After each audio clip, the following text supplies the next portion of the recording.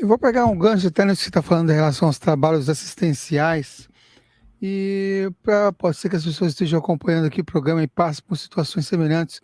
Quais os sintomas das pessoas que estão passando por um processo obsessivo? Mais uma pergunta: e como lidar com assédio mental e essas presenças negativas nas experiências fora do corpo? Beleza. Número 1, eu vou fazer uma narrativa rápida dos chakras para a gente poder entender como é que a gente lida bem com tudo isso. Para quem não sabe, acho que de uma forma geral, todos os espiritualistas, de uma maneira mais assim abrangente, conhecem um pouquinho de chakra, tá? Mas os chakras, eles têm muita influência na projeção astral também, tá? E no seu dia a dia. Nessa questão do assédio, principalmente, tá? O primeiro chakra que a gente tem é o chakra Muladhara, ele fica na base da coluna vertebral, mais especificamente no cóccix. Tá?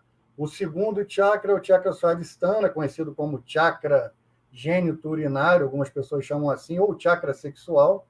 Ele fica exatamente no sacro e se estende até os órgãos genitais.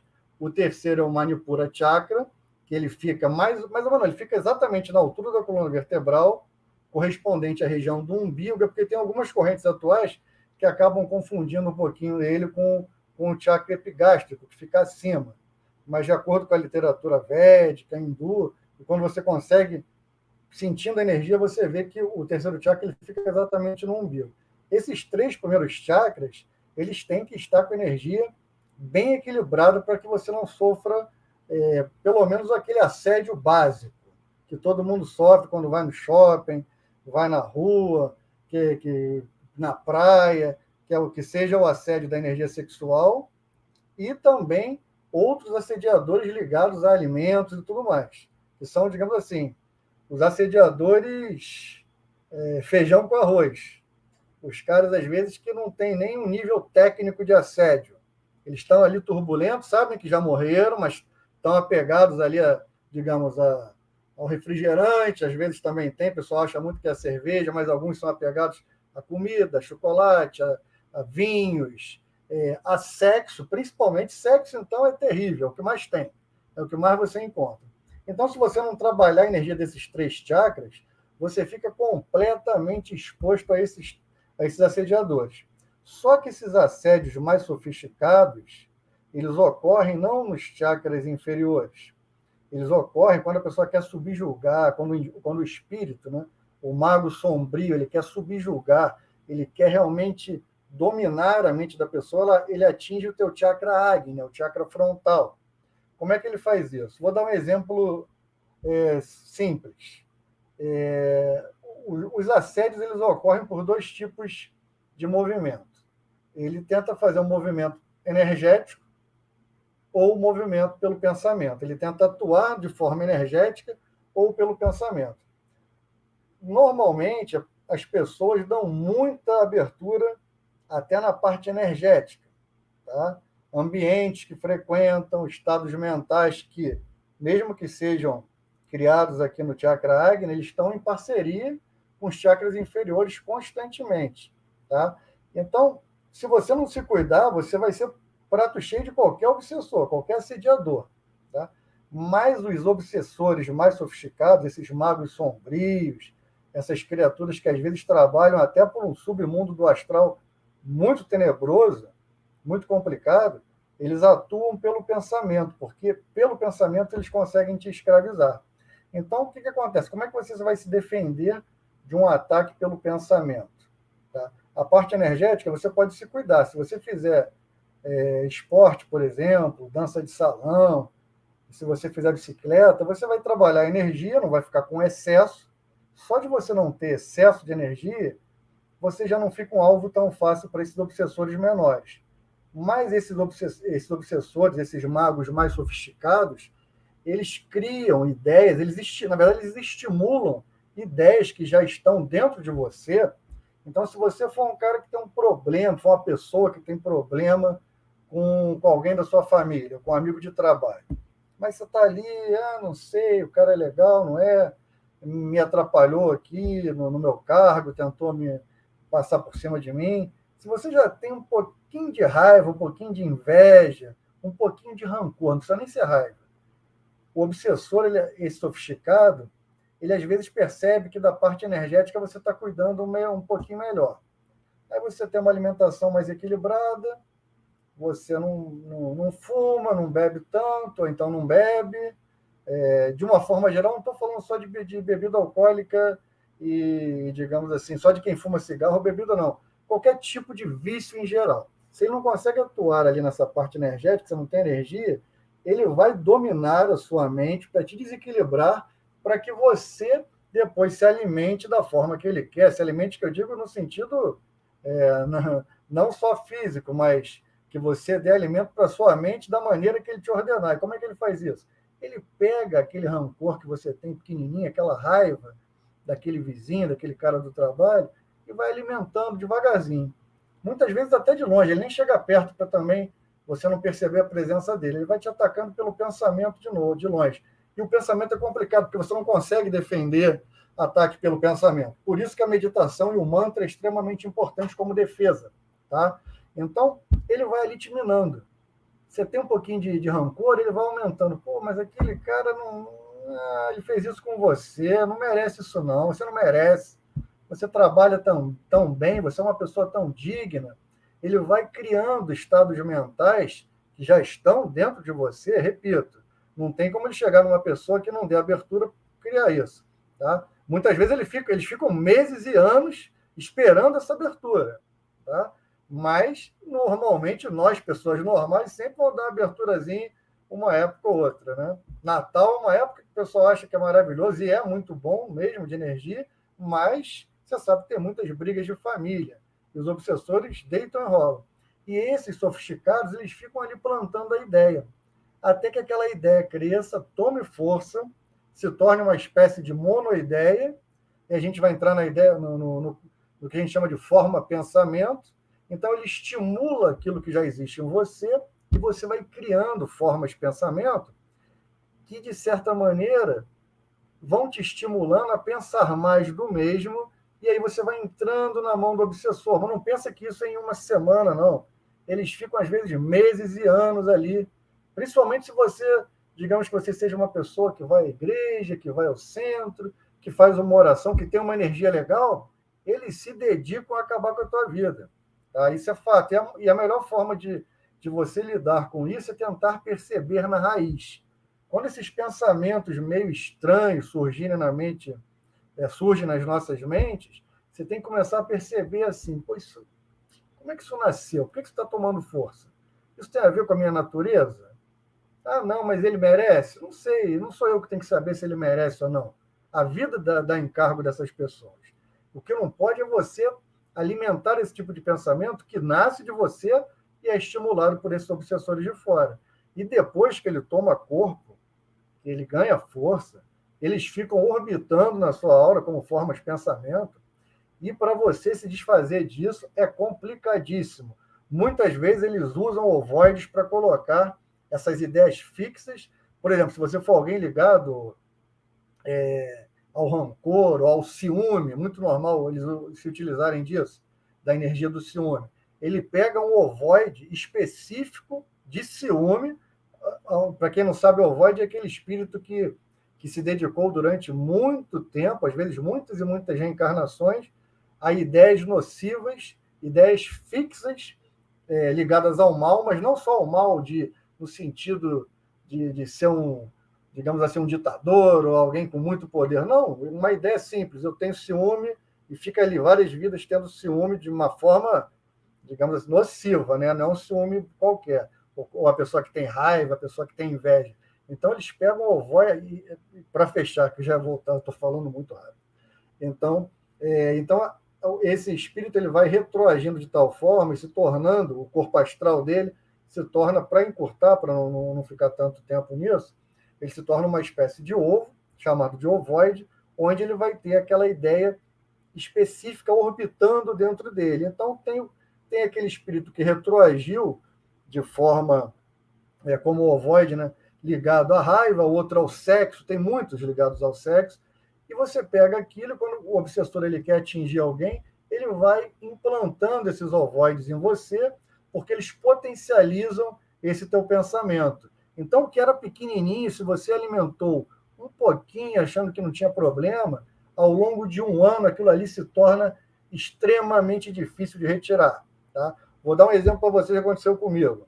Eu tinha um cachorrinho, bulldog francês, ele partiu o plano espiritual ano passado, 2021, e antes de eu ter meu filho, eu tinha ele, e eu sei que tem muita gente que não gosta disso, eu considerava um filho.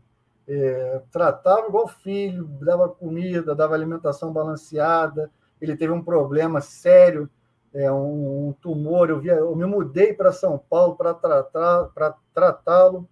Enfim, eu até brinco com a minha esposa. O meu filho empatou o jogo depois de 6 meses, porque até os 6 meses o Yoda, que era o nome dele, era o predileto. E quando ele partiu, mesmo tendo conhecimento espiritual, tudo isso, o bichinho dormia comigo todo dia. Conexão de chakra e tudo mais. É um carinho inigualável. Tá? Que não estou falando só do cachorro. O cachorro foi comigo, mas os animais, em geral, eles estão aqui para acelerar esse processo de expansão de consciência nosso.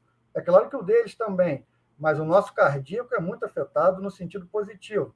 Então, quando ele partiu, eu já sabia daquilo, ele estava passando por um processo muito difícil, o câncer acabou voltando, e eu me mudei para São Paulo para tratar, a gente ficou lá 1 mês e pouco tratando, depois ele melhorou 2 anos, ficou mais 2 anos com a gente, e no final já não estava dando, porque eu saía de madrugada toda noite para levar o bichinho veterinário, aqui no Rio de Janeiro, sair de madrugada não é mole, porque aqui não é terra para qualquer um, a gente vê na TV a beleza do Rio de Janeiro, mas de madrugada é terra de ninguém.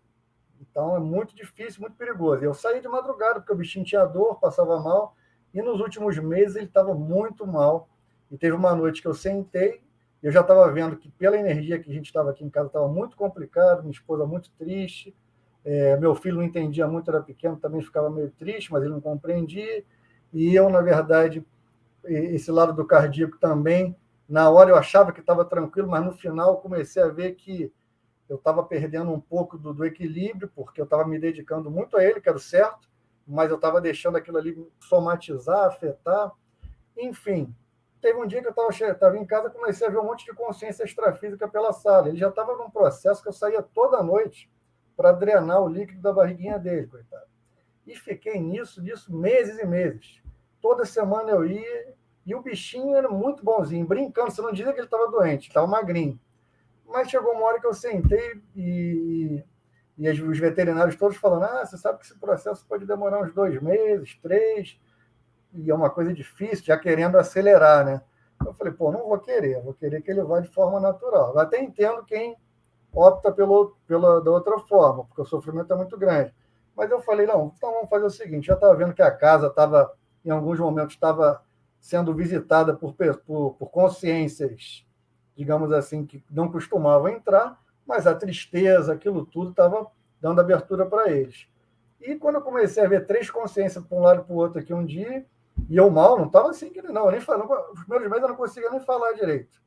E sabendo que o bichinho está vivo do outro lado, tudo isso. Mas você está conectado, né? E não é porque você tem projeção astral que você vai conseguir encontrar o bichinho a hora que quer, não é assim. Tá? Inclusive, ele até já reencarnou. Mas vamos lá. E nesse momento, eu comecei a ver esses assediadores, aí eu falei, não dá, porque o meu filho estava sentindo muito. Ele começava a chorar, passava mal, tinha pesadelo, e várias vezes, quando eu via de noite, estava deitado, todo mundo dormindo, eu via as consciências entrando no quarto. Todo mundo dormindo, eu acordado. Eu via a entidade entrando, 3 turbulentos, digamos assim, amiguinhos mais infelizes, que estavam se aproveitando para pegar e implantar pela casa, não ovoide, mas eles estavam, digamos assim, estruturando o ambiente para fazer uma festa que eles nunca fizeram. E nesse momento eu falei, cara, não está dando, porque eu não estou conseguindo lidar, ele está muito mal. Aí eu vi e eu percebi que os mentores também estavam perto, mas eu não conseguia ver, que nem eu estava da mesma forma que eu estava vendo as consciências extrafísicas, digamos assim, mais perturbadinhas. E nesse dia eu sentei e falei, cara, eu sei que eu estou prendendo ele, ele vai embora, pode levar ele. Aí eu sentei nesse dia, aí fiz oração, dei um passe nele, Aí chorei, né? Você não consegue, né? Você fica meio... Você lembra de que você não vai ter contato com ele durante um bom tempo, direto, mas você tem que entender que faz parte da vida. Então, conscientemente, eu liberei o Yoda, o cachorrinho. Que nem é cachorrinho, para mim era tipo um filho. É tipo um filho. Então, nesse dia que eu liberei ele, eu percebi que de noite eu consegui me tranquilizar, fiz as orações, tudo mais, e o que estava me incomodando muito era o sofrimento dele, não era o fato dele morrer. É porque eu brincava com meu filho de correr, ele queria correr, passava mal, tudo isso. Eu falei, cara, não tem que ir, é hora dele partir. Aí eu pedi para os orientadores, eu vi que tinham umas duas consciências que estavam permanentemente por ali também. No início eu não tinha certeza se que tipo de consciência era, mas quando eu me tranquilizei, eu percebi que eram dois mentores, e eu meio que conversei com eles e falei, pode levar, pode liberar para ele ser feliz lá do outro lado, quando ele tiver que voltar, ele volta, se não tiver que voltar também, eu entendo, cada um tem seu processo de desabrochar, e nesse período, depois disso, nesse dia ele dormiu na sala comigo, pulou na minha barriguinha, deitou, e de manhã foi o último dia dele. Depois que eu liberei ele, no dia seguinte eu dei comida para ele, fui no veterinário, drenei a barriguinha dele, e no dia seguinte eu dei comida, ele comeu, teve um negocinho ali e morreu comigo. E eu nem botei a mão primeiro, eu deixei ele partir para depois pegar no meu colo para não interferir. Onde é que eu quero chegar com tudo isso? Eu estava com a mente abalada e eu percebi que eu não estava conseguindo abrir o meu chakra coronário, coisa que eu faço pela vontade. Se eu chegar, sei lá, em 15 segundos, 20, eu paro um pouquinho, ele vai abrindo, vai abrindo. É claro que se eu meditar, fizer a oração, ele abre mais. Eu falei, cara, eu estou tentando. O cardíaco também estava todo estranho. Eu falei, tá estranho esse negócio. Até que eu percebi que tinha uma das consciências que estava tentando colocar em torno de mim. Eu não percebi 100% se era um ovoide, o que era, porque eu vejo de forma translúcida a consciência extrafísica, normalmente é assim. Então, eu costumo dizer, não sei se você é da tua época, Samuel, os desenhos, se você viu o desenho dos Super Amigos, que a Mulher Maravilha tinha aquele avião invisível, transparente. Então, eu normalmente vejo as consciências extrafísicas assim. Tirando no processo de hipnopompia, quando eu volto para o corpo, aí eu vejo com muito detalhe mesmo, sofisticado. Mas, no geral, no dia a dia, eu vejo assim, transparente. E eu vi que tinha um pela minha casa e estava ali tentando colocar coisa pela parede, colocar coisa em mim. E eu tentava abrir o coronário e não conseguia. Isso porque eu não estava anos nesse estágio de tristeza, eu fiquei pior um mês, assim. E foi o suficiente para eles colocarem a bandeirinha ali da maldade. E eu fiquei tentando, e aí eu fiquei reproduzindo na minha mente. Mas antes de eu perceber isso, como é que eu percebi? Eu já tinha visto que eles estavam passando, e principalmente esse, e um dia não, logo depois, uns 2 dias depois que ele partiu, que o Oda partiu, eu estava ali de bobeira, quando eu olho, estou sentindo um negócio aqui na minha testa, outro aqui em volta, e eu percebi a consciência ali.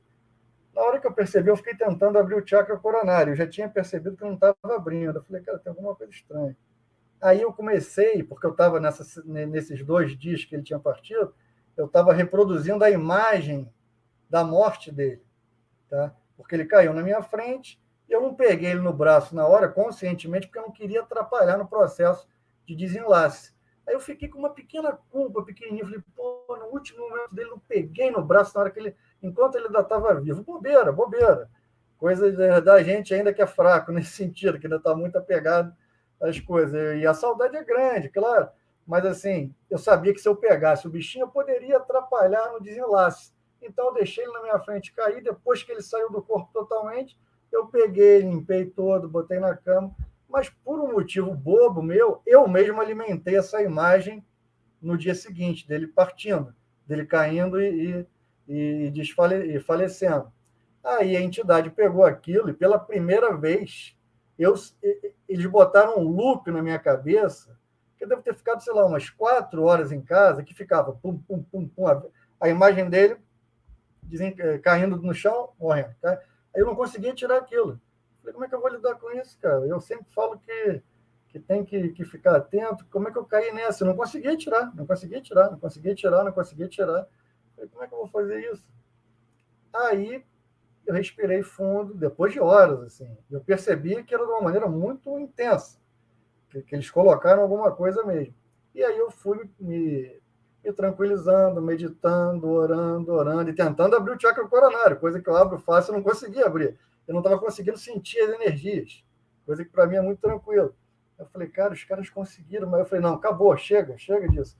Aí me concentrei, sentei, fiz uma oração daquelas bem fervorosa, aí eu rezei para tudo que é santo, para tudo que é espírito, hindu, de umbanda, tudo que eu me conecto, para Shiva, para Vishnu, para Krishna, para Jesus, para Buda, e fui me concentrando.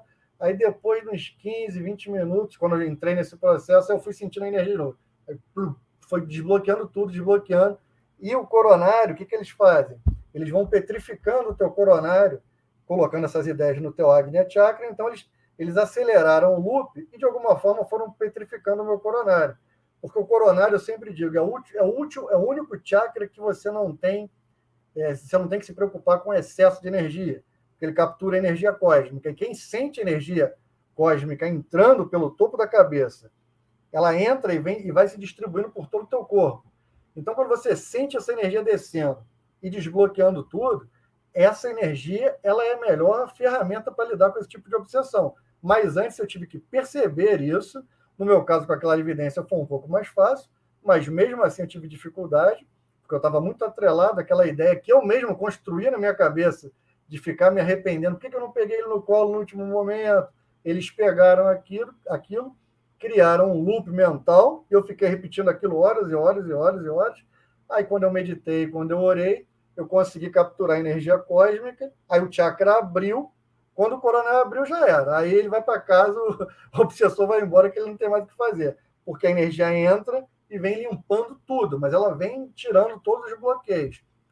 Mas por que eu contei isso? Para perceber que até assim, a gente que fica atento, vigiando, tem um momento da vida que os caras estão ali há meses, há anos, esperando, colocando aquele alfinetezinho da discórdia, do arrependimento, da raiva, da mágoa. Ele vai achar o teu ponto. A verdade é essa. Os obsessores eles sabem muito bem, principalmente esses obsessores sofisticados, eles sabem muito bem como é que eles vão te atingir, como é que eles vão te atacar. Então, por isso que eu digo, mantra é muito importante. Por quê? Quando ele tenta jogar a ideia, você fica repetindo o mantra. E pode ser um mantra que seja aquele que você se afinize mais. Então, o mantra ele é uma forma de proteger, nesse sentido, muito boa, porque ocupa o espaço da sua mente, não deixando que essas ideias entrem.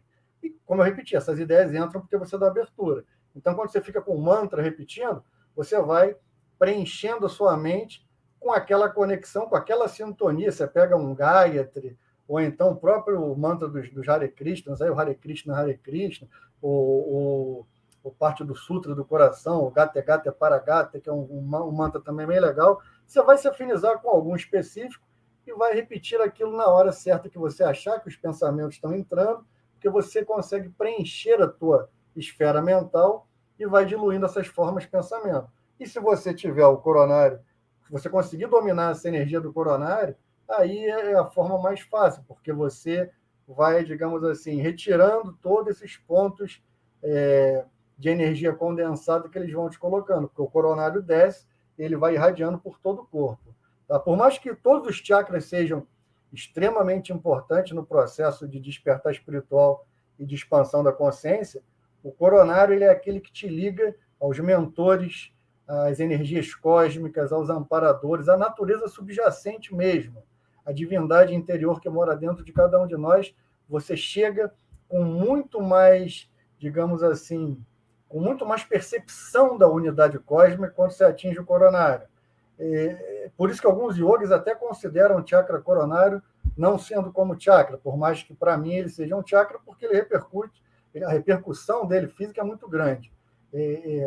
Na verdade, é uma coisa até assim, se as pessoas soubessem o poder do chakra coronário, elas poderiam evitar muitas dificuldades da vida, muitas turbulências que você conseguiria lidar de forma muito tranquila.